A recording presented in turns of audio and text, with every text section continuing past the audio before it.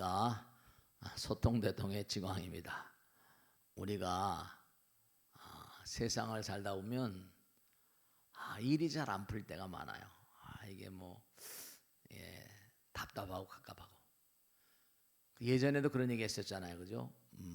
뭐냐면 잘 알려진 얘기지만 한 아이를 놓고 두 엄마가 싸웠다는 거 아니에요. 재판을 해야 되니까 누구 아이인지 유명한 얘기잖아요. 그죠? 그러니까 그때 있던 왕이 그랬다는 거 아니에요. 반으로 놀아가잖아 이랬다는 거 아니에요. 그러니까 아유 저쪽에 줘버리라고. 그러니까 그 왕이 이쪽에 줘라 했다는 거 아니에요. 다른 종교 얘기지만 많이 알려진 얘기입니다. 순간적으로 그런 기지, 그 지혜죠, 지혜. 그러니까 문제 해결을 하려면은 우선 중요한 건 부처님 말씀대로 정말로 항상 드린 말씀이 지혜라는 거는 아무렇게나 나온 게 아니에요. 부처님과 하나가 될 때 나오는 거예요. 부처님과 하나가 되려면 항상 관조, 관찰 그러거든요. 우리가 볼견자는 현상세계를 보는 거예요. 견학이라거나 견습이라거나. 근데 중요한 건 볼견자 옆에 볼관자가 있어. 관찰이나 관조 이런 건 뭐냐면 마음으로 보는 거예요. 마음으로. 그러니까 마음으로 보는 그러니까 눈으로 보는 세계는 볼견자지만 마음으로 보는 건 회광반조, 이른바 관조라거나 반조라거나 관찰 그래요. 근데 그게 어디서 오는 거 아니? 그렇게 마음으로 볼 수 있는 능력이 기도 가운데 와요. 기도하는 마음 가운데, 기도는 그 자체가 무슨 기도하면 성취가 된다 안 된다 이걸 떠나서 기도를 하게 되면 마음을 상대로 하게 되니까 아니에요. 기도하는 마음, 그 마음을 자꾸만 상대하는 시간을 많이 가져야 돼요. 전 세계 어느 종교건 간에 기도가 없는 종교는 없어요. 그건 왜냐하면 마음을 만나니까.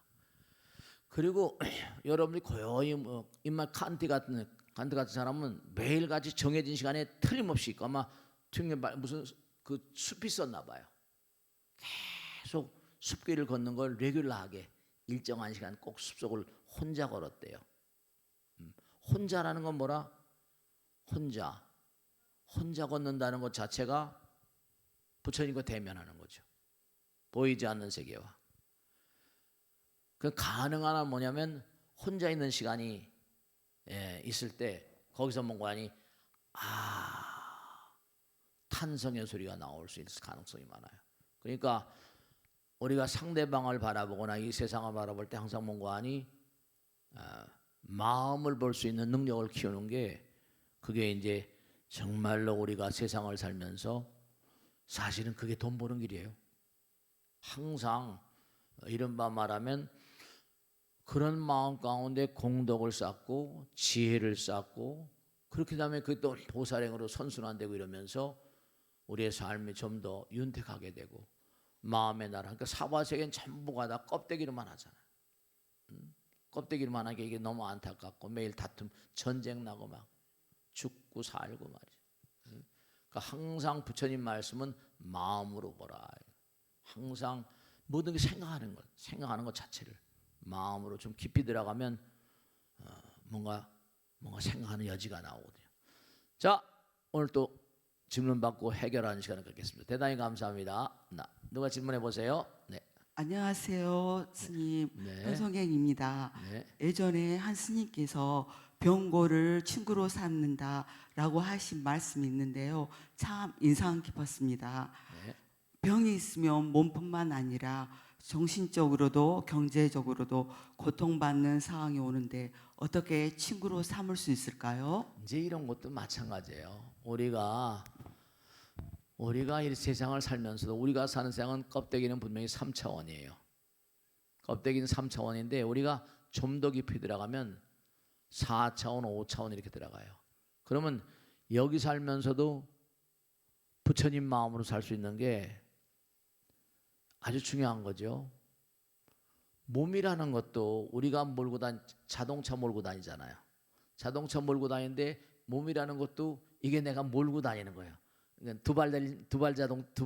자동차로 할까? 우리 두 발로 걸어 다니잖아요. 얘도 일종의 뭐냐면 뭐라 그럴까? 운행수단 같다 그럴까? 자동차는 멀리 갈 때 쓰지만 내가 여기서 저기 가려면 걸으면 걸어져. 그러니까 일종의 이것도 하나의 운행 수단이라고 할까? 네, 두 발 자동차라고 할까? 뭐라고 할까? 중요한 건 뭐냐면 이것도 기계란 말이에요. 근데 수명이 오랜 기계고 마음이 담긴 기계죠. 근데 중요한 건 뭐냐면 기계는 뭐라? 여러분 집안에 뭐 환풍기나 뭐 이런 거 하더라도 무슨 기계도 마찬가지죠. 어떤 기계도 계속 쓰면 피곤해 안 피곤해요? 피곤하죠. 일정하게 쉬는 시간을 줘야 돼. 자동차도 계속 달리다 보면 뭐라? 좀 그러니까 곳곳마다 휴게소 같은 거 있잖아요. 그죠? 네. 그런 게 있어요. 그러니까 이른바 말하면 자동차도 너무 무리하게 쓰면 고장이 나는 것처럼 몸도 너무 과하게 과유불급이라고 그러잖아요. 그러니까 뭐냐면 내가 너무 몸을 혹사한다든지 내가 뭔가 우리 인간들은 참 중요한 게 안타깝지만은 대부분이 말이죠. 지난 시간에도 그런 말씀했죠. 상대방과 내가 평상시에는 뭐죠? 평상시에 친근한 사이인데 어떤 한 생각으로 삥긋해 버려요. 그럼 나는 나의 생각을 옹호해야 되고 상대방은 상대방의 생각을 옹호해야 되기 때문에 그렇지 않아요? 그 옹고집이죠. 고집을 세우다 보면 이게 평상시에 사랑했던 마음 같은 것도 어디로 갔냐? 전쟁을 하게 된다니까요. 그러고 나서 그렇게 사랑하던 사람들도 그 사람 못 써. 그 사람은 나빠. 그게 고착돼 버리거든요. 그러면 그 사람하고는 어떻게 보면 건너지 못할 강을 건너는 것처럼. 그러니까 병이라는 것도 뭐냐면요. 이게 어떤 문제가 있는 거 아니? 병고액난이라는 것도 이게 내가 내 몸을 너무 과하게 쓰다 보니까 이게 몸을 쓰는 것도 법 있잖아요. 교통 항상 말씀드려 그죠? 조그마한 무슨 가스렌치라거나 뭐라 하더라도 전부 다 뭐라 그 활용하는 거 코션 해가지고 이건 이럴 때 이렇게 조심해야 됩니다 나오잖아요, 그죠? 그런 것처럼 이 몸도 법 따라서 몸관이 운용을 해야 되는데 고장이 나면 이거 내가 너무 뭔가 부처님 계신 집인데 함부로 했구나. 그런 몸관이 내가 잘못했구나.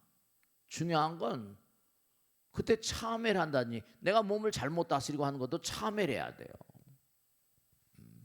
그래서 그럴 때 죄송합니다 부처님. 내가 이렇게 병고행난에 시달리는 것도 이거 내가 부처님 그동안에 내가 너무 과도하게 부처님 계신 집을 함부로 내가 마구 다뤄서 그런 것을 참여합니다. 그렇기 때문에 항상 기도하는 마음으로 살고 병과 재앙 같은 걸 선생님으로 삼고 친구로 삼고 그다음에 항상 모든 사람들을 부처로 대하고 이런 게 전부 다 그런 마음으로 살 때 좀 더 좋은 그런 마음으로 마음 되시는 거죠. 자, 다음 질문 받겠습니다. 고맙습니다. 스님 안녕하세요. 네. 네, 저희 아이들이 해외 여행 갔다가 작은 기념품이라고 작은 부처님상을 여러 개 사왔어요. 네. 근데 집에 부처님을 모셔도 좋다는 얘기를 들었는데 관광지에서 산 불상을 모셔도 되는지 스님께 청합니다. 신라 시대 때 유물 가운데도 있고 고려 시대 때 유물 가운데도 있는데 몸에다가 부처님 불상을 이제 이렇게 지니는데 은으로 만든 오래된 거죠. 그것도 보물인데 불감이라고 그래서 이렇게 은으로 이렇게 만들어서 그 안에 부처님을 이렇게 놀이개처럼 수집품처럼 몸에다 지니고 다니는 거예요. 그러니까 뭐냐면 이렇게 불감이라고 할까? 은제불감이라고 할까? 그걸 이제 고려 시대 때도 있던 거 보면 몸에다 뭐 이렇게 부처님 지니고 여러분 여기 보면 뭐 손에도 뭐 이렇게 지니고 다니잖아요, 그죠? 네. 중요한 건 뭐냐면 우리 마음 가운데 부처님 모시고 계신다는 건 뭐 경전마다에 가득히 나오는 거니까 우리 자체가 한 분 한 분이 정말 잊어버리고 사는데 마음 가운데 부처님 모시고 계시잖아요. 근데 그걸 자꾸만 잊어버리는 거죠. 그와 마찬가지로 이제 관광지 같으면 뭐 많잖아요, 그죠? 미얀마나 태국이나 이런 데 가면은 관광지 가면 전부 다 부처님 소지품 같은 거 많이 있잖아요, 그죠? 그런 걸 이제 엄마가 절에 열심히 다니까 아들 녀석 자식들이 아주 효성스러웠네요, 그죠? 작은 불상을 이제 사온 거죠. 근데 그걸 이제 옛날엔 부처님을 이제 법당에 이제 집에다 모시고 가면 제가 그럽니다. 그때 이제 부처님 기운이 물론 그걸 만들 때 뭐 공장에서 만든 수도 있지만 이렇게 깎아서 만든 것도 있고 그런데 뭐 티베트나 뭐 네팔 이런 데는 다 그게 집집마다 있어요. 그리고 가끔 여행 보면 그 외국 그 여행 갔다 보면 집집마다 뭐예요? 절은 가기 힘들고 불교 나라인데 어떻게죠? 집에다가 이렇게 불상 모신 집들이 많잖아요, 그죠? 그러니까 집에다 부처님 모시고 하는 게 뭐 나쁠 건 없는데 이제 이왕이면은 그걸 이렇게 모셔다가 부처님 전에 다 기운이라 기운 기가 이렇게 해서 처음에 만드는 사람이 마음에 들어 있죠. 그러니까 불교 우리가 부처님 말씀에 보면 불상을 조사하고 그러면요 예전에 부처님 당시에 어느 왕이 부처님께서 몇 달간을 도리천에 가가지고 부처님 어머니 마야 부인을 뭔가 제도하고 내려오셨다고 그래요. 그러니까 몇 달 동안 부처님이 하늘나라 갔다 오신 거예요. 근데 보고 싶어가지고 불상을 조성하라고 그러죠. 그 불상을 딱 조성했는데 기가 막힌 게 뭐냐면 부처님께서 도리천 갔다 오시니까 불상에서 또박또박 걸어들어요. 그러니까 부처님이 여기 생불 있고 저기 불상 안에서 부처가 또박또박 걸어 나오더라는 거 아니에요. 그게 경전에 나옵니다. 어떻게 그런 일이 벌어질 수 있습니까? 마음이죠, 마음. 네. 여러분의 마음 가운데 정말로 뭐냐면, 네. 실제로 우리가 유체 이탈 이런 얘기도 많이 하잖아요, 그죠? 그런 것처럼 우리 마음 가운데 부처님 계시면 부처님이 그렇게 이렇게 불상을 조성하니까.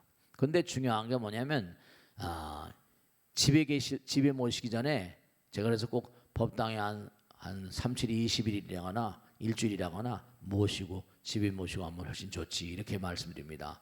그러니까 우리가 항상 집에다거나 몸에다 지니고 하는 건 그건 왜냐하면 항상 부처님과 내가 둘이 아니고 하나고 내 몸과 마음 가운데 우리 가정에 언제 어느 곳에나 항상 부처님 계시다. 그런 그 생각을 잊지 마시고 자 다음 질문 받겠습니다. 네, 고맙습니다. 네. 사사건건 가족 때문에 안 맞아가지고 참 답답합니다. 가족이라 안 볼 수도 없고 하나서부터 10까지 안 맞거든요. 어떻게 해야 평탄하게 나갈 수 있을까요? 네. 감사합니다. 네, 고맙습니다. 잘하셨어요. 네. 사사건건 안 맞는군요. 네. 부처님께 보면요. 그렇게 나와요. 그래서 우리가 부처님 말씀을 생활해야 된다. 그런 말씀을 자꾸만 드리는데 정말 아까도 얼핏 말씀드렸잖아요. 그죠? 정말 친했던 사이인데 너무너무 친했는데 어떤 사소한 일로 해가지고 그것도 뭐 대단히 중대한 일도 아니에요. 의견이 삥긋했는데 그게 이제 뭐냐면 쌓이다 보니까 걷잡을 수 없이 되는 거예요. 부부도 처음에 만날 땐 어때요? I love you, 징글 러브 유 하잖아요. 그다음 아이 낳고 살다 보면 무슨 이유에서인지 네, 물론 틀린 게겠죠. 하루 이틀 쌓이다 보면 어때요? 왼수 덩어리가 돼야 안 돼요. 이혼한 사람들이 엄청 많잖아요. 첫째로 뭐냐면 우리는 말씀이죠. 경전에 나온 그대로 말씀이면 한국토, 대한민국이라는 한국토 이렇게 태어나는 게 한 1000겁 정도, 과거생에 1000겁 정도 인연이 있어야지 1000겁을 계속 어디서 만나고 해야지 대한민국에 태어나는 거예요. 1000겁 정도. 그리고 하루 이렇게 뭔가 어디를 먼 길을 가거나 하루 동행하는 거는 2000겁이에요. 하루 동행하는 거 한 겁이면 이게 무량한 세월입니다. 1000년도 아니고 겁은 무량한 세월입니다. 그 다음에 기가 막힌 게 한 마을에 태어나는 거는 4,000겁. 한 이웃 사촌 그죠? 이웃에 태어난 거 5,000겁. 그 다음에 뭐냐면 한 집에서 나서 같이 살게 되는 거. 그러니까 한 집에서 나와서 이제 같이 사는 건 한 가문이라도 좋고 이제 뭐 이웃 사촌보다 더 가까운 거예요. 7,000겁. 그다음에 부부의 인연은 8,000겁. 그다음에 형제 자매는 9,000겁. 부모 자식 인연은 10,000겁. 스승과 제자의 인연은 10,000겁 이상. 부모의 인연보다 더 깊은 거예요. 중요한 거는 이게 그저 만나서 생각하셔야. 그러니까 우리가 항상 사람을 대할 때 조심해서 살아요. 법당에서 마찬가지. 같이 생활하니까 뭐죠? 이것도 굉장히 지중한 일이고 여러분이 한 자리에 이렇게 앉아서 우리 같이 얼굴 마주대면서 하는 건 이거는 뭐라? 수천겁이에요. 지지고 볶고하는 것도 마찬가지라. 그러면 왜 가족이라고 정말 친근한 사이인데 사사건건 안 맞냐? 오랜 세월의 인연인 거예요. 그러니까 저 사람이 모나게 되면 거기서 나의 뭐라? 마음의 모남을 봐야 돼요. 부처님 말씀대로 상대방이 모나게 될 때 그때 거기서 나의 뭐라? 성품 자리에 부정적인 성품 보고 참해야 돼. 그러니까 뭐냐?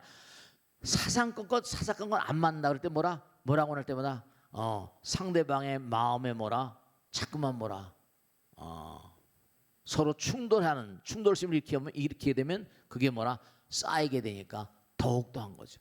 그래서 제가 그 얘기를 합니다. 과거생에 업이 돈발되나 봐. 그러니까 업장 참여하는 마음으로 예스 무조건 상대방이 모를 때 예스 해주면 대과가 무슨 큰 대과가 아닌 이상 그렇게 해주면은 그게 뭐 혓발이 이가 깨지는 것도 아니고 혓바닥이 부러지는 것도 아니고 그렇게 얘기를 들은다고 해서 자존심이 뭐 얼마나 상할까? 자존심 무슨 자존심 요즘 세속말에 자존심이 반맥여주냐 그러잖아요. 자꾸만 거기 쌍지팽이 들고 그러지 말고 이게 보통 인연이 아니구나.